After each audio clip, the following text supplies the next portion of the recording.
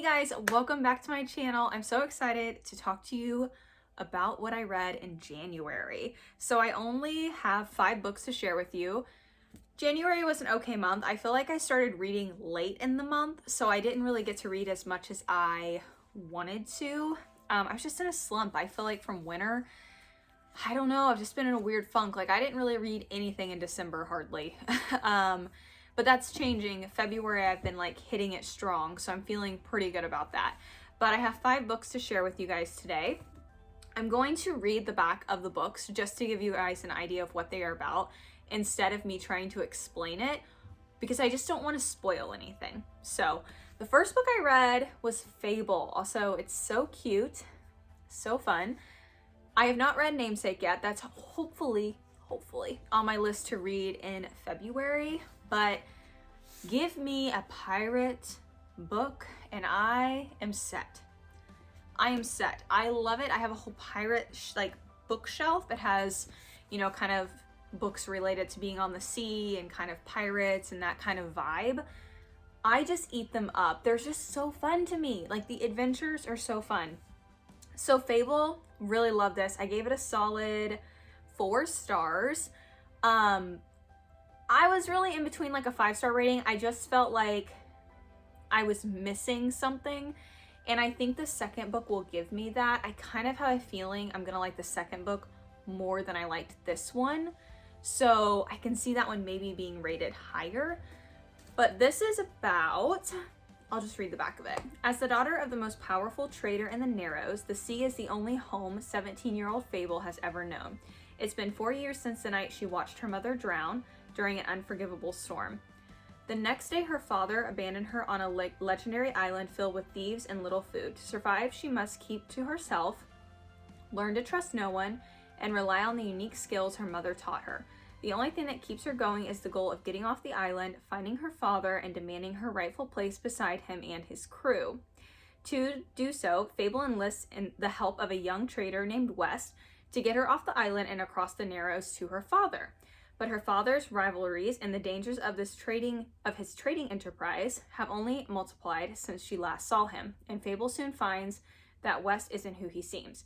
Together they will have to survive more than the treacherous storms that haunt the Narrows if they're going to stay alive. So this was a really good time. If you love books set on the ocean, like in a pirate ship kind of vibe, you'll really enjoy Fable. This I think is young adult, I'm pretty sure. So it's just like a YA fantasy, and it's great. Oh, it is YA. The next book I read in February was The Bodyguard by Katherine Center. I had a really good time with this. I don't know if you've ever read any Katherine Center books before, but she writes kind of like rom-com books, obviously. But this had like a different twist to a rom-com. Like it wasn't just a normal rom-com. Like the ending was a lot of fun. It was a lot of fun. Way more fun than most rom-coms are. I am not a big like romance fan. I don't read a lot of just strictly romance books. I really like rom-com books, but even then I still have such a hard time rating them because I want to be so harsh. It's hard for me to rate a rom-com against like a fantasy, and in my head I need to stop doing that because it's not fair, because they're 2 totally different genres. But I just think I have more fun in fantasy books in general than I do like romance or rom-com books. But with that being said, this was a fantastic book, and I think I gave it 4 stars. So it's pretty high rating for me with being a romance book. But this is basically about Hannah Brooks. She looks more like the kindergarten teacher than somebody who could kill you with a wine bottle opener or a ballpoint pen, or a dinner napkin. But the truth is she's an executive protection agent, aka bodyguard. And she just got hired to protect superstar actor Jake Stapleton from his middle-aged corgi breeding stalker. Jack Stapleton's a household name. He's captured by paparazzi on beaches the world over and famous for, among other things, rising out of the waves in all manner of clingy board shorts and glistening like a Roman deity. But a few years back, in the wake of a family tragedy, he dropped from the public eye and went off the grid. When Jack's mom gets sick, he goes home to his family and his family's Texas ranch to help out. Only one catch: he doesn't want his family to know about his stalker or the bodyguard thing. And so Hannah, against her will and her better judgment, finds herself pretending to be Jack's girlfriend as a cover, even though her ex says no one will believe it. Hannah hardly believes it herself, but the more time she spends with Jack, the more real it all starts to seem. And there lies the heartbreak, because it's easy for Hannah to protect Jack. But protecting her own long-neglected heart, that's the hardest thing she's ever done. So basically, it's a fake dating trope, and it was a lot of fun. I feel like Katherine Sinter's writing, it might not be for everybody. I think somebody I recently watched on YouTube had read one or two of her books, and they just didn't really like her writing. I like Katherine Sinter's writing. I think it's really good. I've read the Rom-Commers, and I've read The Bodyguard, and I really want to read Hello Stranger, and I also want to read her new book coming out. Like, I'm kind of a Katherine Sinter stan right now. Like, I think she's good. And I think her books have a little bit different of a twist to them instead of just a normal rom-com. So I'm here for it. All right, the next book we're going to talk about. Actually, we'll talk about the audiobook I listened to. Let me get my rating up for that. So I listened to Two Can Play by Ali Hazelwood. This is a short audiobook. I think it's only like 4 or 5 hours. Two Can Play, just like, bear in mind, there's obviously not a lot of time for things to develop. And I had to remember this going in. I'm going to read you the synopsis online. Two Can Play is a romance novella by Ali Hazelwood about two rival video game designers who are forced to work together on a project. The book is about Viola Bowen, who has a chance to design a game based on her favorite book series, but her co-lead is her arch nemesis, Jesse Andrews. So it is a very quick moving book in the sense that, like, you don't feel a lot of character development in it. You don't really get to know the characters super well, but it's a novella, so it's like short. Yeah, I had a good time reading it. I just don't think that it's anything to like write home about. I think I gave it a 2.75 rating, so not even quite a 3-star. I think my issue with it is I love the concept that it has to do with video game development. Like, I love that because I love playing video games and I find it very interesting, like the development part of video games, but it really just didn't even focus on that very much. It was just obviously mostly about like the romance, and the biggest issue for me is that it was just a very insta-love situation. So, you know, there was a lot of spice towards the end of the book, and I basically skipped through a lot of that because I like having a plot, and I just feel like there was a very small plot. But I mean, for what it was fine. Like, it was good. I'm glad I read it or listened to it. I keep saying I wanted to see read it, but I'm glad I listened to it. I don't know. It just wasn't my favorite Ali Hazelwood, but it was a novella. I mean, really couldn't expect a lot from it. So the next book I read is Yumi and the Nightmare Painter by Brandon Sanderson. This is one of the books out of his 4 secret projects that he wrote in 2020. And I have read Trust in the Emerald Sea and The Frugal's Wizard's Guide to Surviving Medieval England. And then I just finished Yumi, and I actually own The Sunlit Man. So after I read that one, I'll have read all 4. My favorite is still Trust in the Emerald Sea. If you've not read that book, I don't know what you're doing. That book is amazing. It's amazing. It is so good. It's so fun, but that's not what we're here for. Okay, so Yumi the Nightmare Painter. This was such an interesting book. Such an interesting love story. Oh, it's very, very different. Brandon Sanderson's like love story is definitely not the same as like a normal romantasy would be, because obviously he writes more high fantasy, epic fantasy.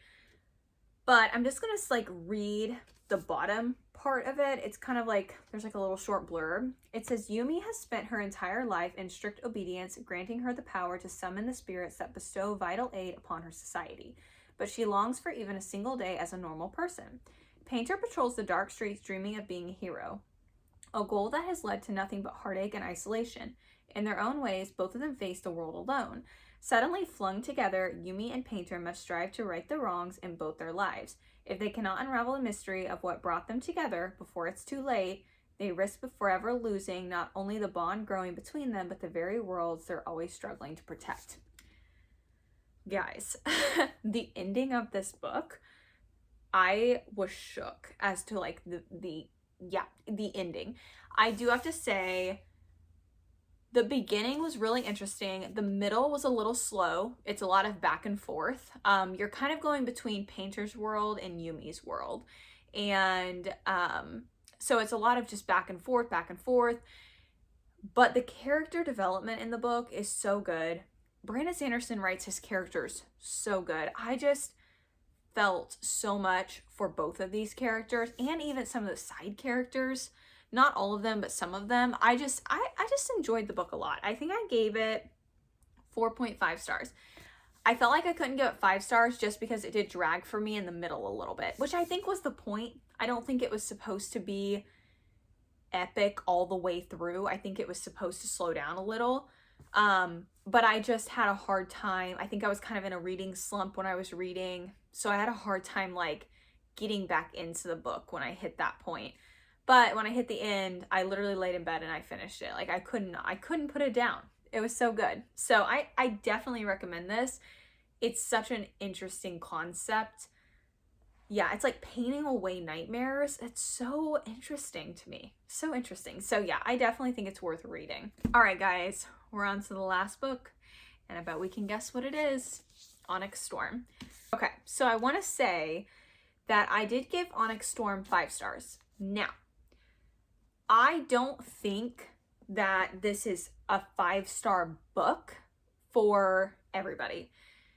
The reason I gave it 5 stars is because I just had a really good time reading it. Is it perfect? No. Is there things I would fix? Yes. But overall, I just had a blast. Obviously, if you don't know what this is the 3rd installment in the Empyrean series by Larissa, I've got different names in my head, by Rebecca Yarros. Fourth Wing is the first one you've probably heard of. I loved Fourth Wing. I gave it 5 stars. Iron Flame, I can't remember if I gave that 3 stars or 4 stars, but I didn't like it as much. I really enjoyed Onyx Storm. I didn't like it as much as Fourth Wing, but I still really had a good time. There's a lot of action in it.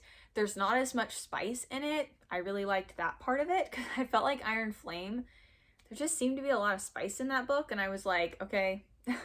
I don't know. I just felt like this book was constantly moving, and I didn't really feel bored at very many points, even though it is quite a chunker. So I gave it a solid 5, but I understand the reasoning people don't give it a 5, but for me it was a 5. I just kind of go off of how I feel. Like if a book feels like 5 stars to me, like if I just had a fantastic time in the story and I just like couldn't put it down, I give it 5 stars. Now I read a little bit of this like physically, but I also listened to quite a bit of the audiobook just because I did want to try and get it finished before January was over. And between trying to work and read, it just becomes kind of difficult. So I did listen to quite a bit of the audiobook and I really enjoyed it. But it just, I cried multiple times in this book. I my jaw dropped a couple times in this book. I thought it was fun. I had a good time. My expectations were not set super, super, super high. So maybe that's why. I think Iron Flame, I set my expectations way too high. And then when I read Iron Flame, I was disappointed. I did not do that with Onyx Storm. I was like, I'm not setting my expectations too high this time. I'm going to set them at like a normal bar and just be like, it's not going to be like Fourth Wing, the first one.